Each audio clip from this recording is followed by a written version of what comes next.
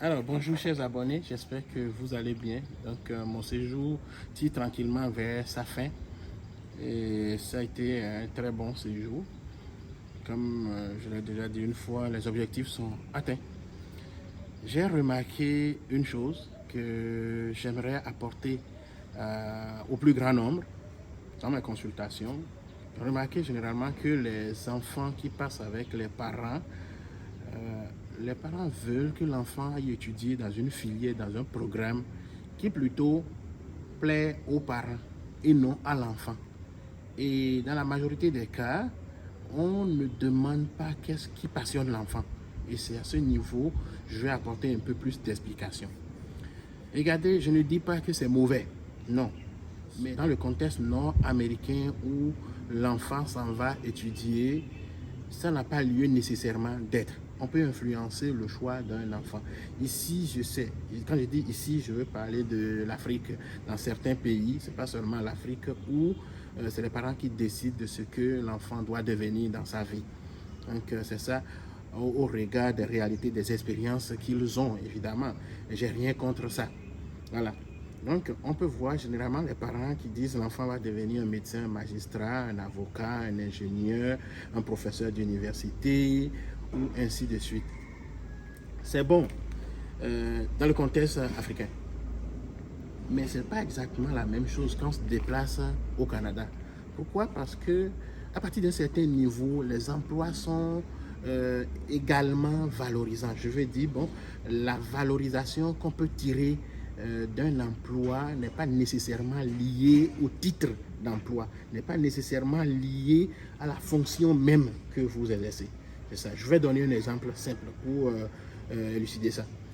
Un plombier au Québec qui a son entreprise et qui travaille très bien, qui a sa clientèle, il finira par avoir sa belle maison, sa voiture, ses bébelles, ses petits trucs, faire ses vacances au même titre qu'un avocat qui aussi va avoir sa maison. Et dans certains cas, même un plombier peut en avoir plus, meilleur que l'avocat, ou peut en avoir même meilleur que peut-être un médecin. Ça arrive. Moi, je connais des gens qui sont proches de moi, qui ont leur entreprise simple, et même dans l'entretien ménager, mais qui réussissent très très très bien. Voyez-vous? Et réussissent même mieux, je vais dire, qu'un médecin, réussissent mieux qu'un avocat, qu'un magistrat, que les titres qui portent de prestige pour nous en Afrique, dans lesquels on veut que tous les enfants aillent. Donc il faut faire vraiment attention à ça. Demandez à l'enfant plutôt qu'est-ce qui le passionne.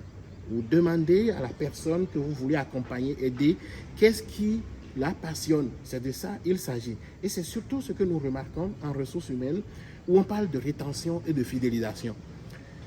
On fait plus d'efforts à retenir les gens qui sont dans des métiers qui ne les passionnent pas plutôt que des gens qui sont dans un métier qui les passionne et qui sont facilement fidélisables, qu'on peut fidéliser. On parle de rétention et de la fidélisation.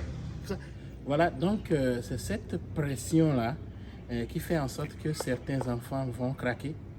Il y a certains enfants qui vont résister à la pression jusqu'à la fin, mais ne seront jamais heureux dans l'emploi qu'ils exercent. Et il n'est pas rare aussi d'entendre des enfants qui disent que ce qu'ils font, c'est plat, ou des employés qui disent ce qu'ils font comme emploi, c'est plat, ils n'aiment pas ça. C'est comme s'ils ont tout le temps travaillé dans leur vie pour satisfaire aux besoins de leurs parents. Alors qu'il est très bien possible d'influencer les choix de filière de vos enfants.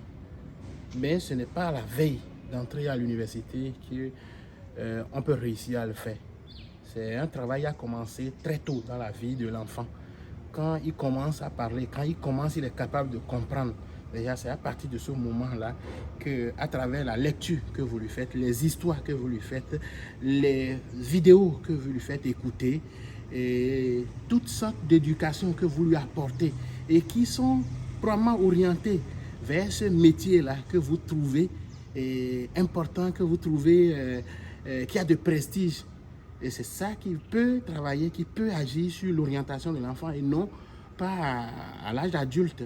Et c'est surtout à cause de ces choses, à cause de ces pressions qui amènent les enfants à choisir ce qu'ils n'aiment pas ou à poursuivre les études dans des filières qui ne les passionnent pas, qui fait en sorte qu'on a beaucoup d'arrêts de maladie dans certaines conditions parce que ça devient plaque.